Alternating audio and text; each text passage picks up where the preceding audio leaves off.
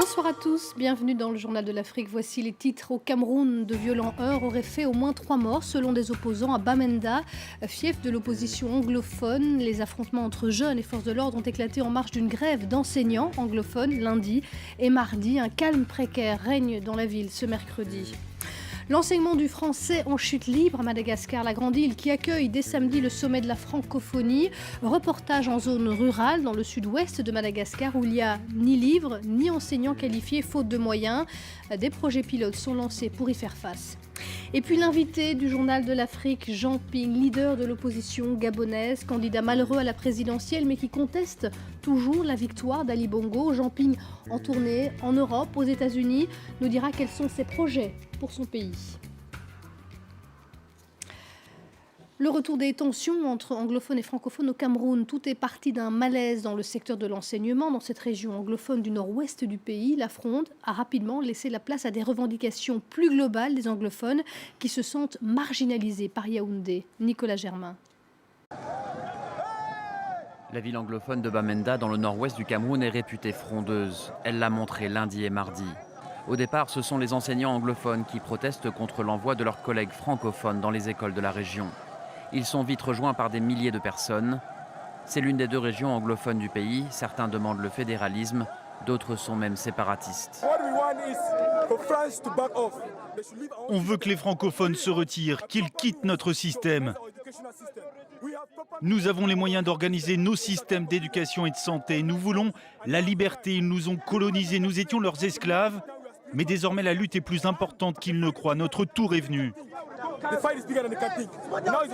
Pour le ministre de l'Enseignement supérieur, il s'agit de bien plus qu'un simple mouvement de protestation des enseignants anglophones. Cette soi-disant grève, en réalité, cache des velléités sécessionnistes, des velléités attentatoires à l'unité nationale, des velléités séparatistes.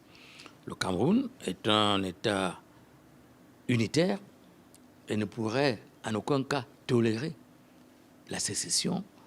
Autre raison de cette colère dans la région, les mairies. Depuis que l'opposition en a remporté un certain nombre, le président Paul Biya a décidé qu'il nommerait directement les maires des grandes villes. Les anglophones représentent 20% de la population et se plaignent depuis des années d'être marginalisés par le pouvoir central.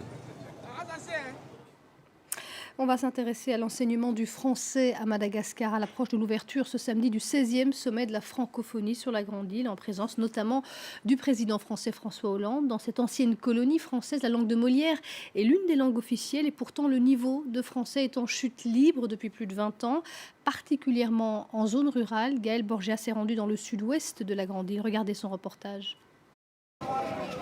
Nous sommes dans une école primaire publique. À Madagascar, la moitié de l'enseignement se fait en français à partir du cours élémentaire. Mais visiblement, cet enseignant ne maîtrise pas bien la langue. À quoi sert le dent?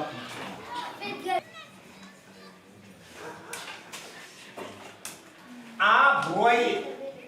Résultat, un niveau de français catastrophique chez les élèves. Bonjour. Je sais dire bonjour. Ensuite, Comment ça va? comment ça va? Merci. Et c'est tout ce que je sais. Ici, seul un élève sur 10 arrive en classe de CM2, une des conséquences du désengagement de l'État. En 2002, le président Ravaloman laisse les parents d'élèves se charger du recrutement et de la rémunération des enseignants. À peine formés, très mal payés et sans manuel scolaire, ces maîtres d'école improvisés, appelés maîtres Fram, n'ont pas les compétences pour enseigner. On a besoin d'approfondir nos connaissances en français. On a besoin de formation. On a aussi besoin de matériel, de kits scolaires, de nouveaux manuels. Nous n'avons pas de nouveaux manuels. Alors comment apprendre sans livre? Tout simplement en fabriquant, avec un peu d'encre et quelques feuilles A4. C'est le projet pilote de l'Union européenne dans 23 écoles de la région. Concevoir des supports adaptés au contexte et aux moyens locaux. Ces petits cahiers d'activité et ces manuels qu'on a créés, c'est une petite révolution dans cette zone démunie et je pense que cela peut apporter un grand changement et à un coût très bas. En plus des manuels, les enseignants reçoivent une formation dans le cadre du projet. Le ministère de l'Éducation nationale prévoit de titulariser et de former 50 000 maîtres Fram en 5 ans. Mais avec un budget annuel revu à la baisse, difficile de sortir à court terme de ce système précaire.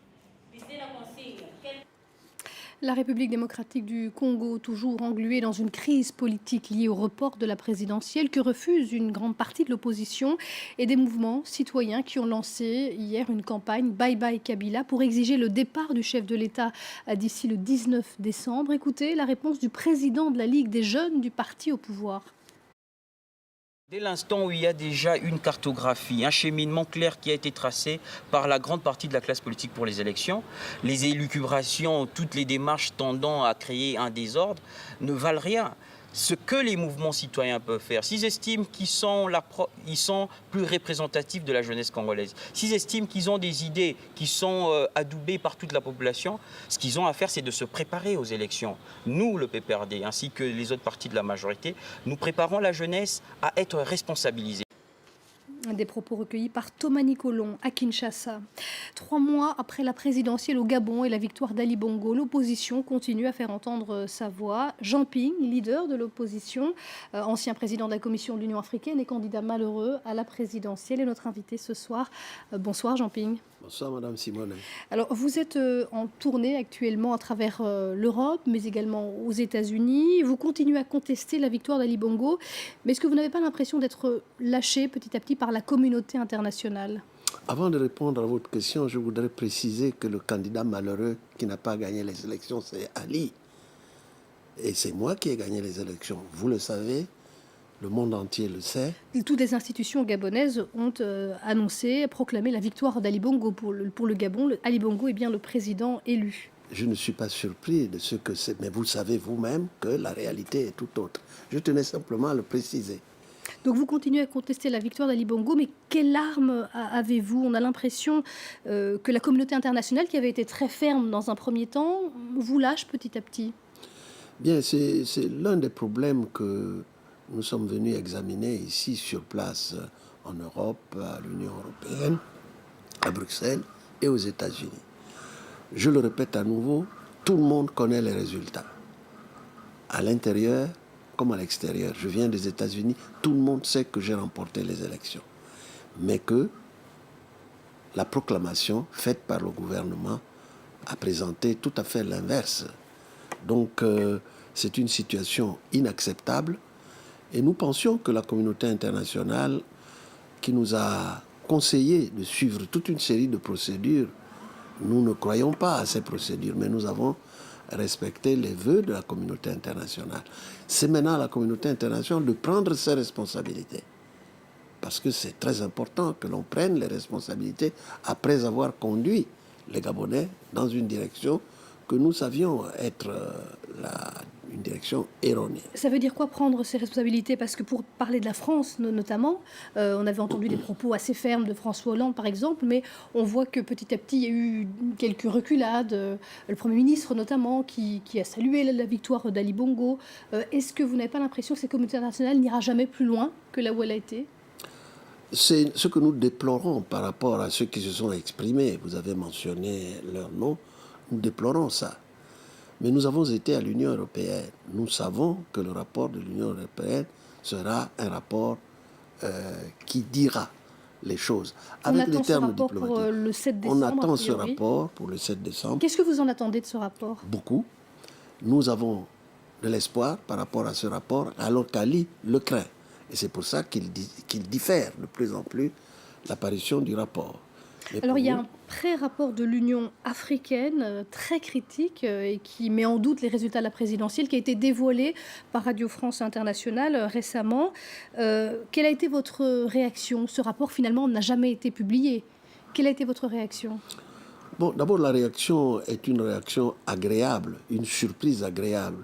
Jamais l'Union européenne, vous savez que j'ai été président de la Commission de l'Union africaine, jamais l'Union africaine n'était allée aussi loin dans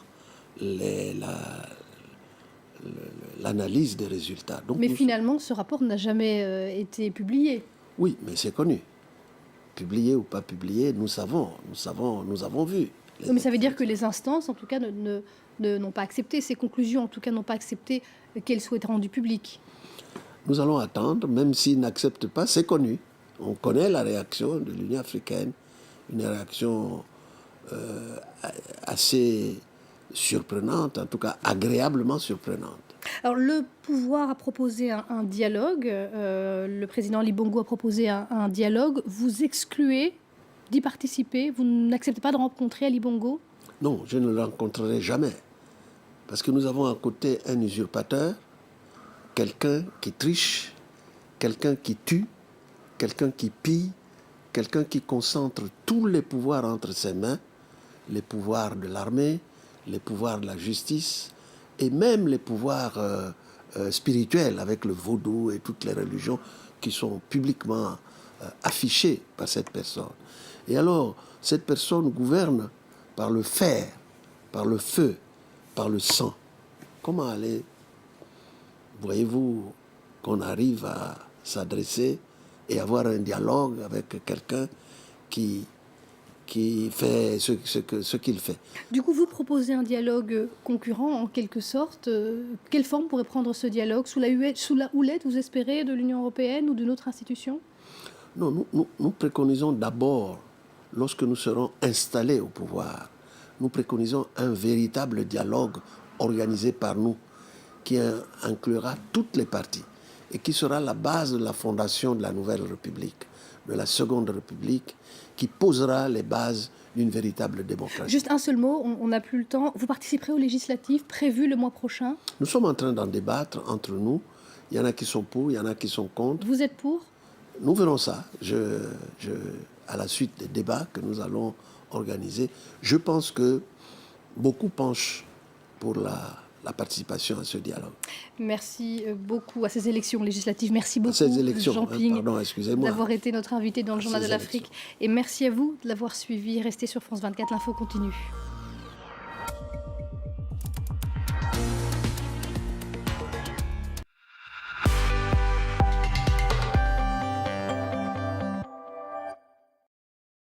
Nous savons que le couple a quitté le musée à bord d'une nouvelle Mercedes grise. Donc une classe A est égarée devant l'entrée. Le couple et ses complices. Donc c'est certainement une classe B. Sauf qu'un des témoins affirme qu'il a bien vu un coupé. Excusez-moi, mais vous n'oubliez pas quelque chose, là? Quoi? Les œuvres d'art. Il a raison. C'est le shooting break. À moins que... 5 compacts, 5 offres exceptionnelles. À découvrir sur offre-mercedes.fr. Mercedes-Benz, the best or nothing.